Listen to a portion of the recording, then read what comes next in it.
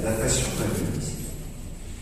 Et alors qu'il y a la guerre, que les gens, moi je croyais que les époques napoléoniennes étaient finies quand quelqu'un soufflait l'autre, c'est-à-dire en gros, je déclare la guerre, on était rentrés et nous appartenons à une génération où on nous a appris à conduire en nous disant ça sera la paix, ce sera formidable, il y a les Nations Unies, il y a l'OMS, il y a tout ce qu'il faut, on se parle tous autour d'une table, s'il y a un corbeau qui vexe, on va se dire pardon et puis on va voir comment. Vraiment, c'est toujours pareil. Tu dis un gros mot, et l'autre il dit puisque c'est comme ça, je prends des missiles sur la tête. Bon, donc rien n'a changé. Mais par contre, quand je vois qu'il y a 15 jours pour envoyer dans l'espace 2 Russes et un Américain dans la navette spatiale, et on aurait réglé pas de problème, ou pendant 6 mois, à condition que vous ne parliez surtout pas des affaires géopolitiques qui se passent en bas, vous continuez votre aventure scientifique. On se dit qu'on est dingue. Bon, il y a 6 mois, avec les lycéens et les collèges ici, à chaque fois, ils sont émerveillés. Quand Patrick Michel vous raconte comment il est en train d'organiser en 2026 Ariane 6 qui n'existe pas encore, puisque c'est le successeur d'Ariane 5, propulsera une sonde pour aller à 235 millions de kilomètres, pour aller prélever quelques grains de matière et les ramener à l'observatoire de Nice, pour les analyser, parce que c'est l'astéroïde dont on a identifié que dans 35 ans, elle pourrait passer à 25 000 km de la Terre. Vous dire que dans 35 ans, ça passera à 25 000 km de la Terre, entre 25 000 km et 0 km, il vaut mieux prendre quelques précautions. D'accord? Et donc, quand il explique ça, il dit, mais on n'a pas assez de carburant pour aller jusque-là et prélever. Alors comment on fait? Eh bien, naturellement, on envoie la sonde, on envoie en direction de Mars, et puis elle va profiter de l'attractivité de Mars pour avoir un coup d'accélérateur naturel, aller vers Neptune, faire un tour de Neptune et reprendre un coup d'accélérateur naturel, et à chaque fois c'est de l'économie de carburant, et arriver sur la sonde. Le seul problème, c'est que sur l'astéroïde, c'est que l'astéroïde ne fait que la surface d'un terrain de foot, et que sur ce terrain de foot, ils ont vu qu'il y avait que 10 mètres carrés sur lequel la sonde pouvait se poser. Et sur un terrain de foot là-haut, je vous prie de croire qu'un rocher, c'est un ballon. Vous le prenez, il rebondit. Vous voyez ce que je veux dire?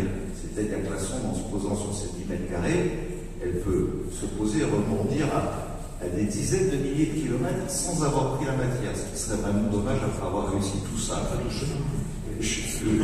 Et donc, ils ont fait un système d'aspirateur qui en a un millier de transmission de la connaissance grâce à des grands débats comme cela, et que ce soit Nice que ça se passe, pour moi c'est un rêve. Alors au fond du cœur, Étienne, je t'en remercie, ainsi que toutes tes équipes. Voilà pourquoi on est si fiers de vous accueillir et d'organiser ça avec vous. Merci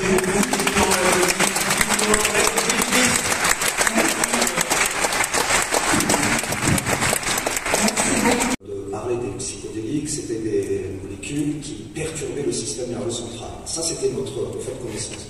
Alors qu'actuellement, on sait, ça ce qu'on est en train d'entendre, c'est le fait un peu ça augmente tous les récepteurs à ce qu'ils soient connectés entre eux pour permettre un meilleur fonctionnement entre les aires cérébrales.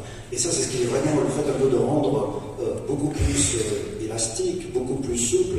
Et ça, c'est vraiment des choses qu'on va avoir en psychothérapie, mais à condition que ce soit vraiment cadré dans un cadre serein pour pouvoir un peu le reproduire.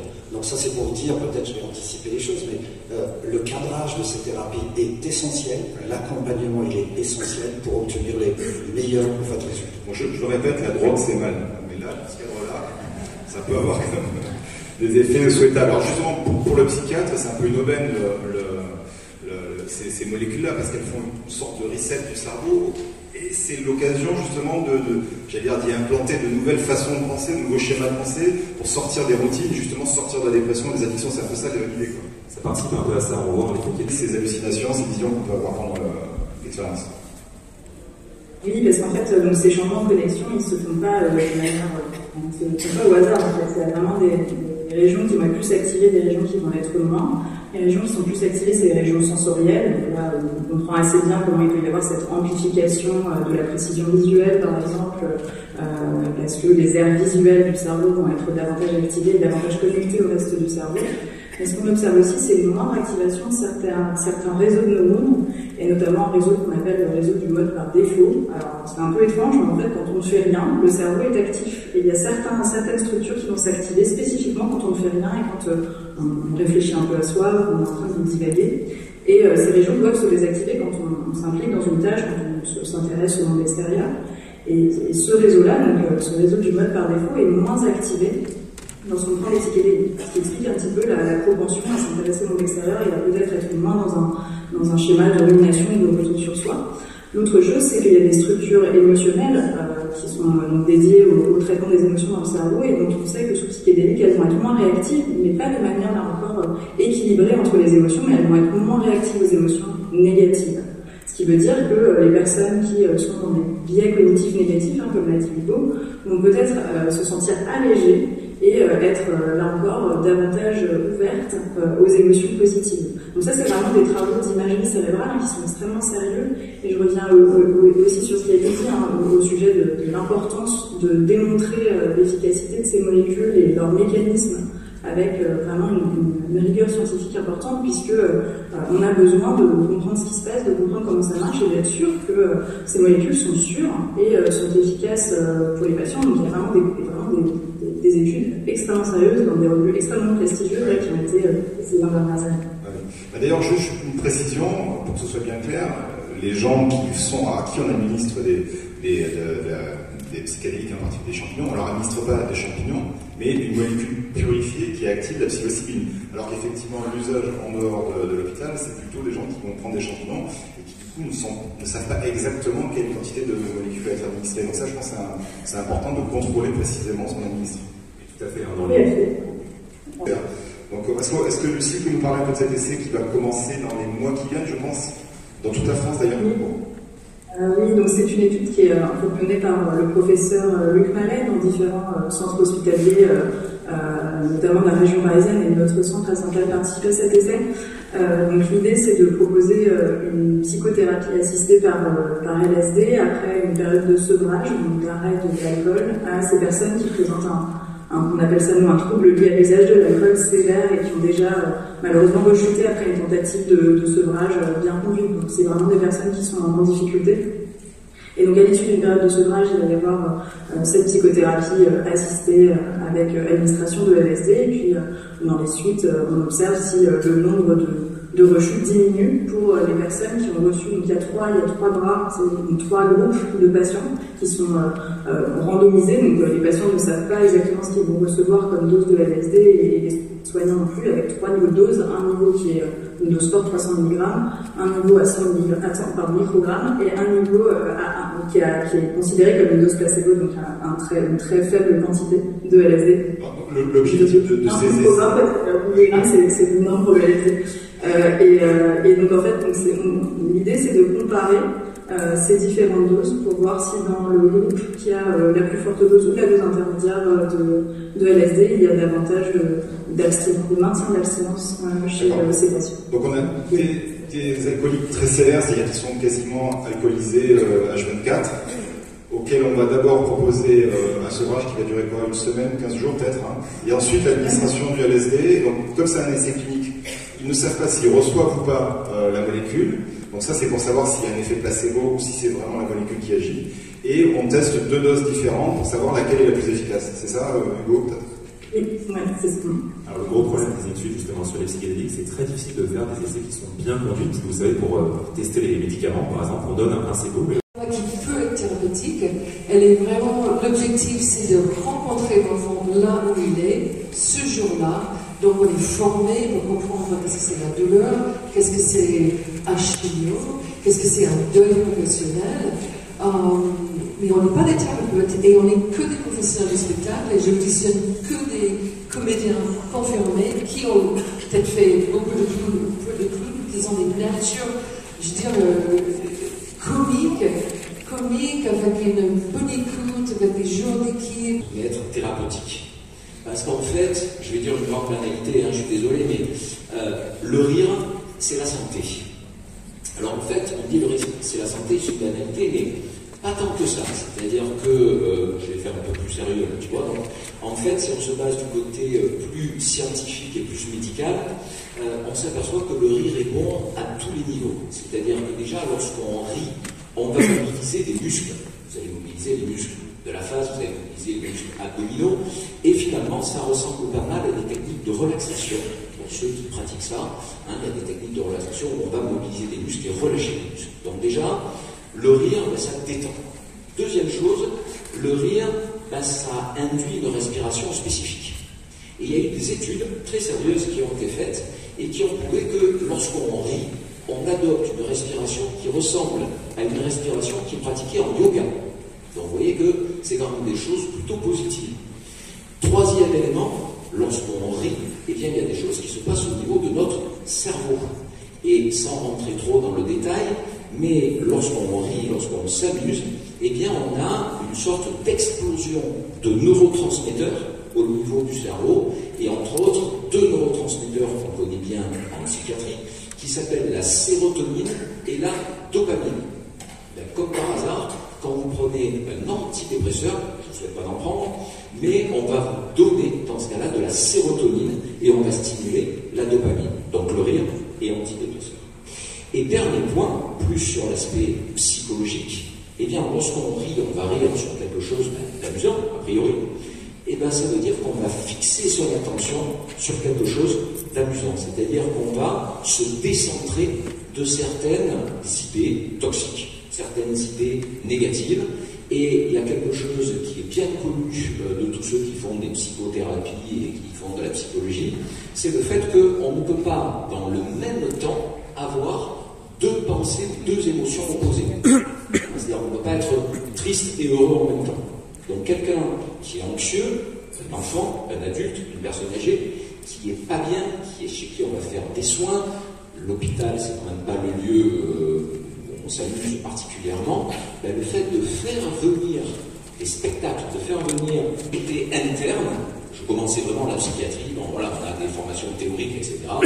J'étais pas vraiment très avancé en psychiatrie, et on me dit, ben, écoute, ce week-end tu es d'astreinte. D'astreinte, ok, très bien, à l'hôpital.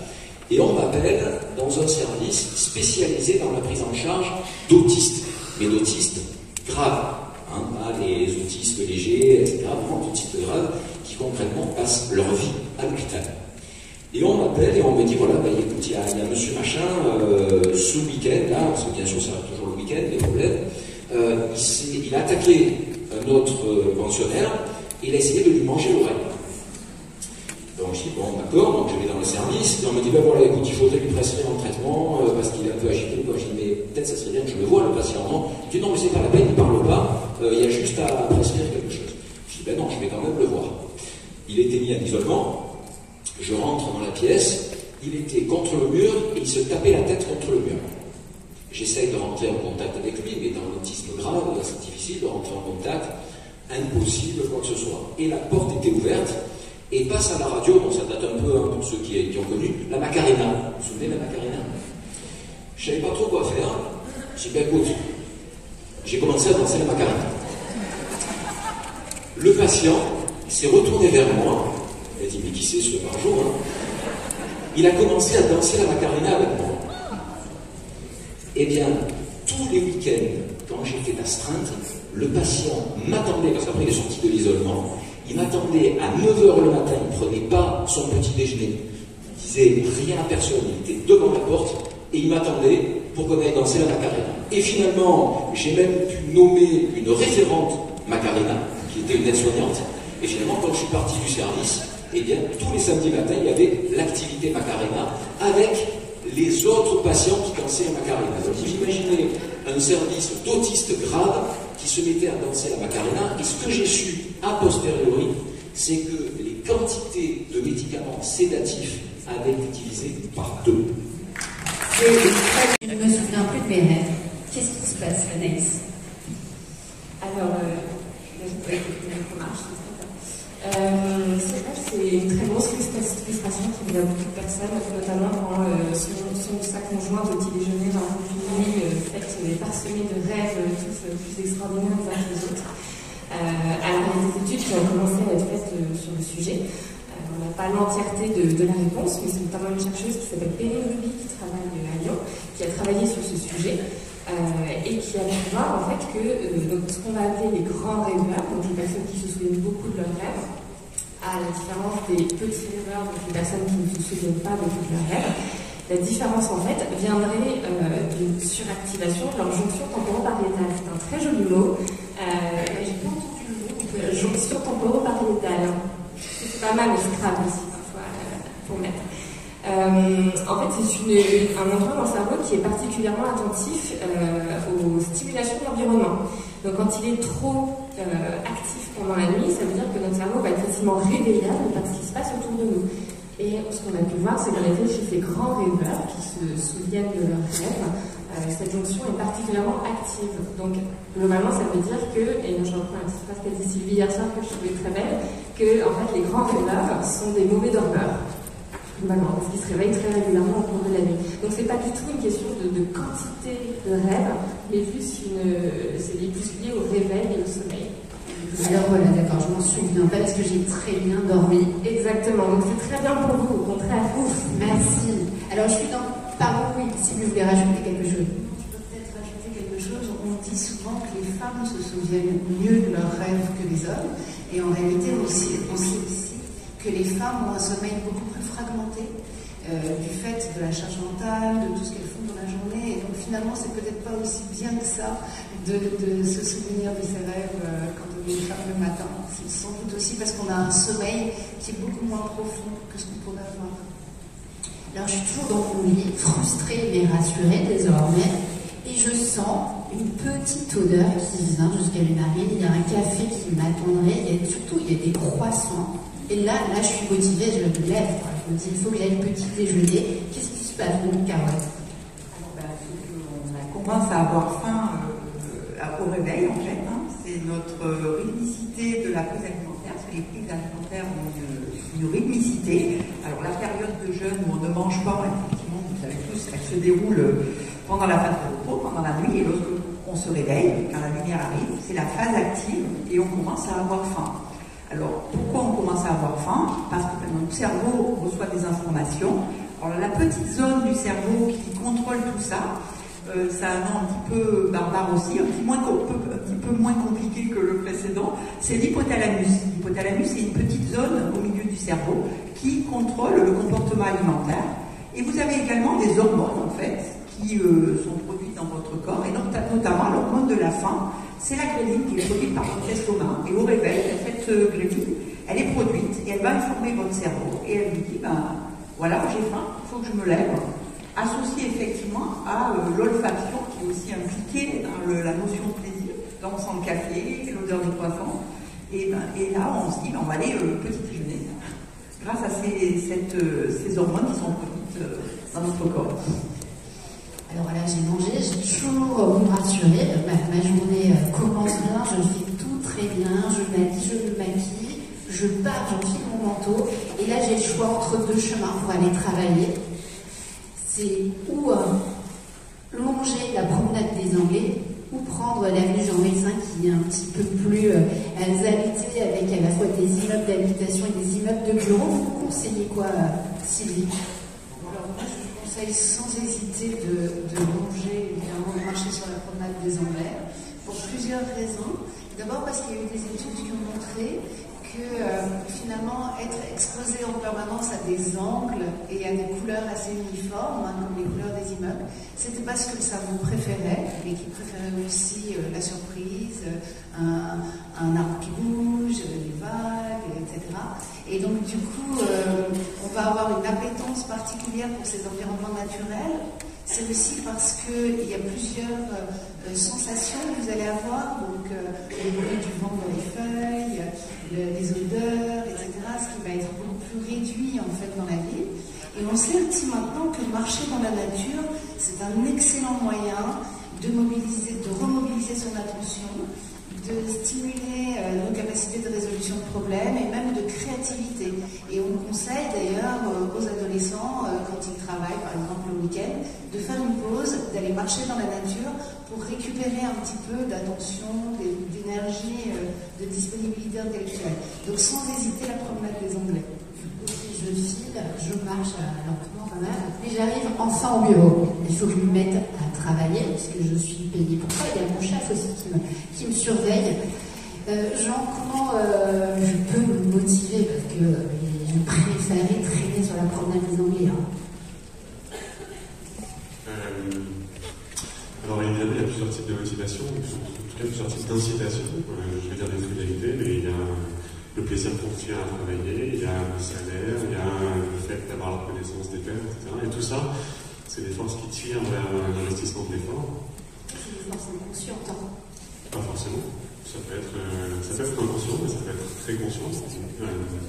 Quand la prime est au bout de l'effort. Travail, parfois on a la chance, c'est parce que c'est un métier passion, parce que tout simplement on veut toucher son salaire à la fin du mois. Alors je travaille quelques heures, et arrive l'heure de repas, j'ai à nouveau faim. Carole, qu'est-ce qui m'arrive? Pourquoi Effectivement, comme je vous ai dit tout à l'heure, la prise alimentaire est rythmée, elle est ce qu'on appelle épisodique. Donc elle est épisodique, donc elle est à certains moments de la journée. Alors chez l'animal, par exemple, l'intervalle entre deux prises alimentaires permet de réguler le niveau d'énergie. Chez l'humain, c'est également cela, mais il y a aussi les normes sociales, il y a la culture qui détermine en partie ce qu'on mange et quand on mange. Et donc quand ça arrive midi, mais là aussi, on a aussi dans notre conscience le fait qu'il faut manger à midi ou à 1h après notre matinée de travail. Et il y a également des productions d'hormones. Comme je vous ai dit tout à l'heure pour le petit déjeuner, nous allons avoir quelques hormones, des hormones qui vont être produites dans notre corps. Alors je vous ai parlé de la ghreline tout à l'heure, mais il y a aussi d'autres hormones qui sont produites, comme la leptine dans le tissu adipeux. Vous avez tous entendu parler de nos adipocytes. Et certaines autres hormones comme l'insuline. Et ces hormones-là vont aller informer le cerveau, par exemple, par stimuler les neurones orexigènes, donc les neurones qui augmentent la prise alimentaire. Et c'est comme ça qu'on a cette sensation de faim. Et ensuite, lorsque tout se passe bien et qu'il n'y a pas de dérégulation dans notre cerveau, il y a d'autres informations, les neurones anorexigènes qui rentrent en jeu, donc qui diminuent la prise alimentaire et qui nous disent stop, il faut arrêter de manger. C'est ce qu'on appelle la sensation de satiété. Et c'est ça qui nous dit, ben là, on a plus faim, on a mangé correctement.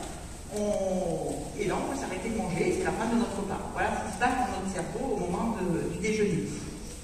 Comment le déjeuner, Sylvie, est-ce que là, bon, ça me semble parfait, mais ça arrive à plein d'entre nous de se dire tiens, je vais prendre un deuxième dessert, ou de ne pas se rendre compte que notre cote de BF est un petit peu trop importante par rapport à ce qu'elle devrait être. Comment faire? Est-ce qu'il vaut mieux allumer son écran d'ordinateur et regarder une série pendant qu'on mange? Est-ce qu'il faut aller déjeuner avec ce collègue quand même qui n'est pas très sympathique? Est-ce qu'il faut accepter d'aller manger une pizza? Qu'est-ce qu'il faut faire? Alors, déjà, il faut faire ce qu'on a envie de faire. Ça, c'est la première chose qui est vraiment importante pour le cerveau. Mais les nutritionnistes actuellement, ils alertent beaucoup sur le fait que si on mange en regardant un écran ou en faisant autre chose, on ne mange pas en pleine conscience. Et donc du coup, notre mécanisme justement de satiété, il est perturbé par ça, parce qu'on ne prête pas du tout attention justement à ce qu'on est en train de manger, à la quantité de ce qu'on est en train de manger, et finalement notre cerveau... J'ai pris plutôt une salade, mais avec des protéines. Non, mais plus sérieusement, je rentre au bureau et voilà, m'attend quelque chose, à un moment quand même régulier, un peu pesant. Je dois aller en réunion et malgré moi, je dois être la star de cette réunion parce que c'est moi qui dois l'animer et je dois réaliser une présentation. Là, un petit peu le cœur qui s'emballe. Anaïs, est-ce que c'est normal ou est-ce que je suis excessivement stressée? C'est normal. Et vous êtes aussi stressé? Déjà, je ne suis pas sûre que je préconiserais de faire ça juste après le déj, parce que déjà, le déjeuner demande beaucoup d'énergie au niveau de la digestion. Donc si en plus le stress engendre une forte consommation d'énergie, j'éviterais de faire ça de base. Mais si vous ne pouvez pas l'éviter, En effet, la présentation, en tout cas les situations qui nous mettent dans ces situations de stress, vous allez avoir une réaction physiologique. Je vais essayer d'être bref parce que le stress, on peut en parler pendant 3 heures, mais ça engendre une réaction physiologique de l'organisme qui est parfaitement normale, qui existe depuis des millénaires, qui nous a très longtemps permis de survivre. Aujourd'hui, je ne suis pas sûre que ce soit une question de vie ou de mort de faire une présentation devant son chef, mais peut-être, on ne sait pas. Dans tous les cas, aujourd'hui, ce processus en fait, que le stress engendre dans le corps est encore longuement étudié.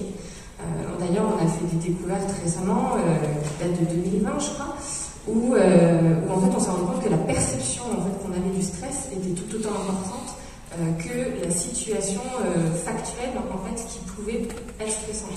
Dans le sens où ce que le groupe de chercheurs a pu voir, c'est qu'en fait, il y avait un groupe de neurones dans le cortex préfrontal qui allait s'activer quand la personne percevait que la situation pouvait être dangereuse, quand elle voyait qu'il y avait potentiellement un risque dans la situation, et que si on inhibait ces neurones, alors la réaction en chaîne du stress ne fonctionnait pas. Donc, la perception qu'on a de la situation semble être importante. Donc, si je suis stressée, là par exemple, je perçois cette situation stressante. Donc, bien évidemment, mon corps va générer une réaction en chaîne. Donc, il va aller envoyer ce petit cortex préfrontal, enverrer l'information à l'hypothalamus, donc le même dont parlait Carole tout à l'heure, d'aller réveiller le système nerveux autonome et notamment le système sympathique. Il faut voir ça un peu le système sympathique qui est l'accélérateur du corps. Donc en fait, lui, il va aller envoyer des messages à travers le nerveux et à travers le sang pour dire à vos organes de se bouger ou de se taire. Donc par exemple, le cœur va s'accélérer, la respiration va s'accélérer. À l'inverse, le système digestif va plutôt se mettre en pause. Et à l'inverse de ça, on a le système parasympathique qui est lui le frein de notre petite voiture. Donc là, on évite de mettre en frein, c'est-à-dire que si vous êtes dans une situation où vous faites une présentation et que vous êtes très stressé, ne faites pas de relaxation. L'objectif n'est pas de vous relaxer, mais de vous calmer. Donc, et ne pas entièrement activer le parasympathique, parce que l'activation de ce stress et de ce cœur qui bat est au final positif. C'est lui qui va aller dépenser de l'énergie, vous faire dépenser de l'énergie, et faire en sorte en fait, que vous êtes réactif face à la situation qui se passe, de mobiliser toutes vos capacités cognitives. Donc il ne faut pas le nier, il ne faut pas chercher à... Merci d'abord de m'avoir invité à cette table ronde. Je suis vraiment ravie de pouvoir communiquer sur cette thématique qui est en effet une thématique émergente dans le monde de la psychiatrie et qui va probablement avoir des conséquences assez importantes dans le champ du soin. Donc pour donner une définition rapide des psychédéliques, c'est un ensemble de molécules, de substances, qui comme vous l'avez dit pour l'instant sont illégales en France. Et au sein desquels on va trouver le LSD, donc qui est sans doute l'une de celles dont on a le plus entendu parler, mais aussi la psilocybine, le principe actif des champignons hallucinogènes, l'ayahuasca qui contient une molécule qui s'appelle la DMT, puis pas mal d'autres dérivés, la mescaline ou d'autres dérivés synthétiques.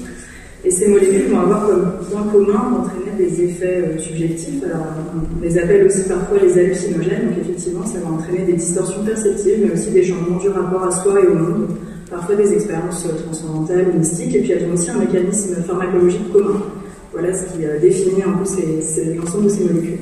Très bien, alors on va peut-être commencer par les champignons hallucinogènes. C'est un des gros sujets dans les psychédéliques. Alors ça a été beaucoup étudié déjà dans les années 50, 60, interdit un peu plus tard, mais aujourd'hui ça revient très fort en recherche. Et pourquoi? Alors pourquoi les champignons en particulier, champignons hallucinogènes? Quel est l'intérêt peut-être plus beau? C'est vrai que parmi les psychédéliques, il y a la psilocybine, qui est souvent la plus célèbre, la plus connue, dont on parle, qui est issue un peu d'un champignon hallucinogène qui est présent sur l'ensemble de la Terre, avec la plupart des continents ont eu des formes de psilocybine, ce qui fait que c'est quelque chose qui est connu dans l'humanité depuis très très longtemps, et qui a participé en fait à beaucoup de rituels, à beaucoup de choses qu'on dit d'entéogénèse. Il y a des choses qui ont participé peut-être à la création de certaines religions, de certains rites chamaniques au début.